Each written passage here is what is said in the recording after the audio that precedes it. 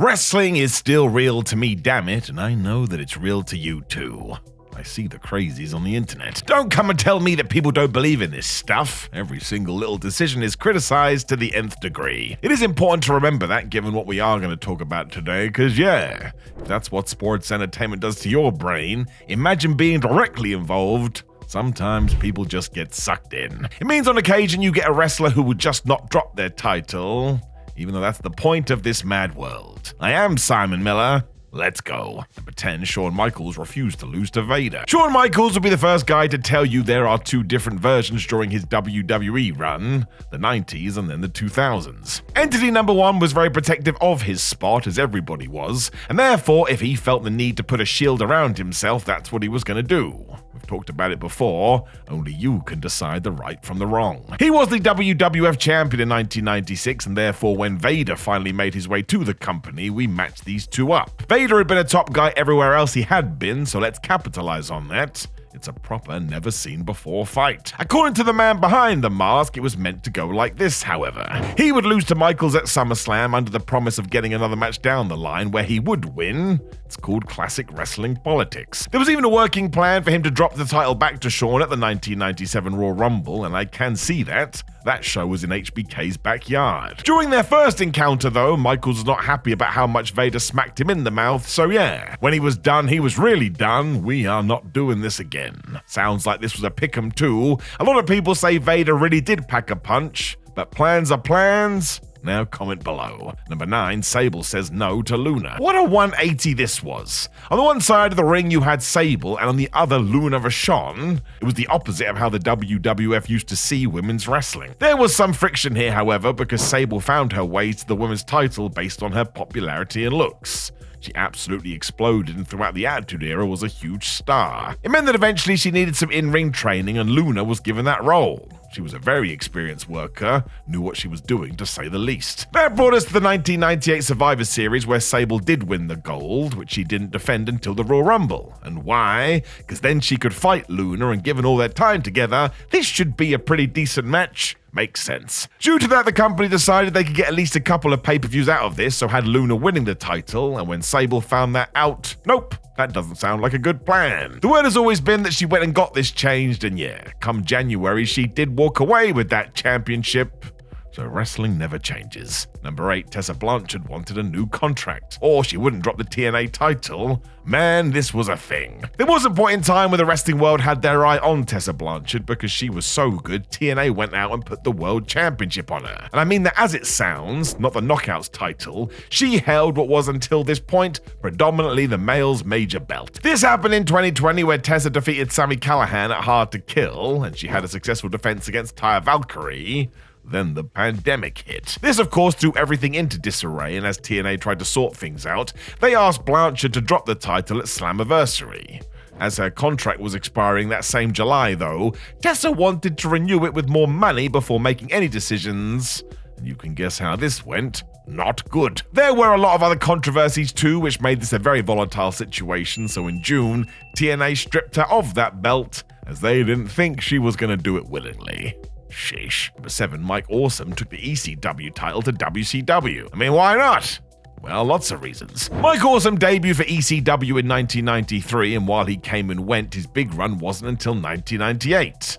That was good timing. This is when Extreme Championship Wrestling was going crazy. Sadly, he got injured, so was out until 1999, and his return was big. Awesome won the world title twice, became a very important cog in that wheel. Like many of the roster, Mike then felt like his money wasn't being sorted as promised, so even though he was the champion, Awesome went and secretly signed with WCW. Ruh-roh. As he had the title, Eric Bischoff instantly wanted to pull a Medusa and throw that thing in the trash, but Paul Heyman wasn't having that. The ECW legal team told WCW straight up the consequences. This is what led to a crazy situation, because to appease all parties, Heyman came to a compromise with Awesome where he would come back to the company and lose to Taz, who just so happened to be signed with WWE at the time. So we had a match that was ECW versus WWE versus WCW.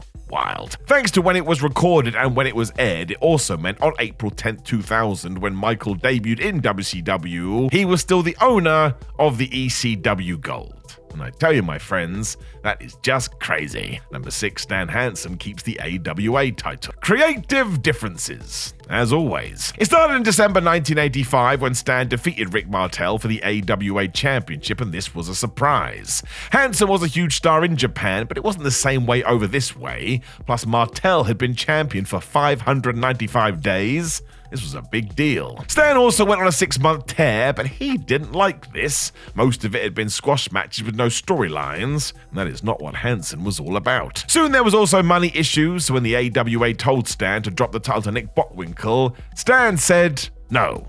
Mostly because he was mad. Nick talked about this on a subsequent WWE-produced AWA documentary, and he felt Stan was loyal to AJPW promoter Giant Baba, so if nothing else, he was trying to protect his aura. He didn't want to lose. Therefore, when Baba found out about what the AWA wanted to do, he told his star man not to do it, and he listened. It sucked for the company and Bockwinkel as they had to strip Hansen and say he wasn't the champion anymore before they just handed it to Nick.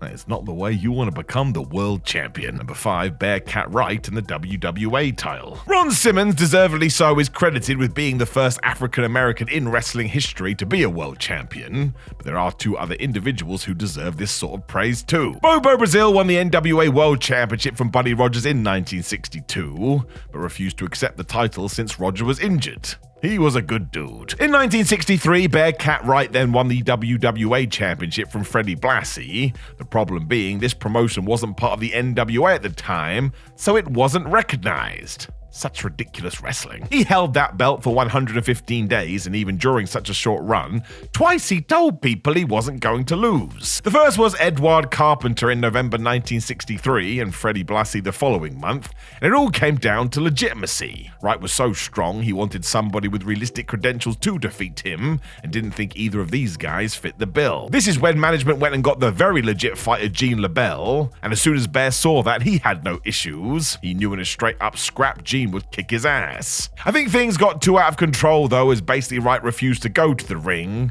meaning the WWA just took the title off him and switched it. I tell you what a crazy world this is. Number 4, John Cena says no to Jack Swagger. Let's not pretend taking such a stance is reserved just for old school wrestling either. It's still happening right now. In 2010, this had even more to it, because at that time, if you won the Money in the Bank briefcase, the record books would show you a 100% cash-in record. That's right, nobody lost. When Jack Swagger got the briefcase at WrestleMania 26, it meant he was almost guaranteed a championship run, when all of a sudden it went off in a different direction. So even though Jack wasn't the one to break this run after he did beat Chris Jericho for the World Heavyweight Championship, this wasn't what WWE wanted at first. They wanted Swagger to go after John Cena. Jack spoke about this on the Talk Is Jericho podcast because, WWE did book a segment on Raw where he teased beating Cena, but never got round to cashing him because John smacked him right in the mouth. And why did we do this? Because apparently Cena had told management he didn't think it was the way to go. I think this set the powers that be into meltdown, as Swagger only held on to that title for 82 days before losing it to Rey Mysterio. And my advice to you all would be ignore everything.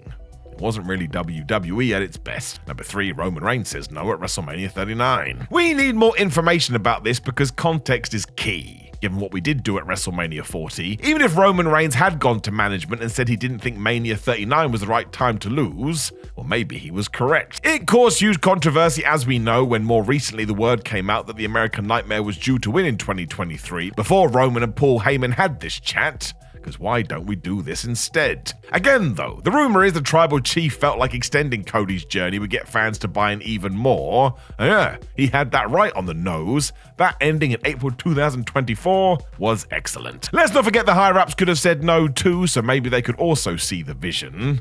And yes, this all would have been terrible if Rhodes hadn't gone on to finish his story. But he did. So all's well that ends well. Number 2, that doesn't work for me, brother. Hulk Hogan has to be part of any list like this. There are so many stories where he dropped this exact phrase after Hogan had decided the idea being pitched was not the right one. It's just one of the perks of being the number 1 guy in wrestling. Given he had the numbers in his favor, I'm sure any promoter would go Celine Dion and think twice. You don't want to tank your business. During his massive 1,474-day title run, the word has always been the WWF wanted him to lose it to the Macho Man Randy Savage, but Hulk said no. He would drop it to Andre the Giant instead. This is why you get the WrestleMania 4 madness, where Ted DiBiase tries to buy the championship from Andre. Jack Tunney said that was illegal, so now we're going to do a tournament. And who won? Randy Savage. Wrestling is dumb. We also have to talk about WrestleMania 9, where Bret Hart lost the title to Yokozuna. Even though it wasn't in the plans, Hogan convinced Vince McMahon to let him storm out afterwards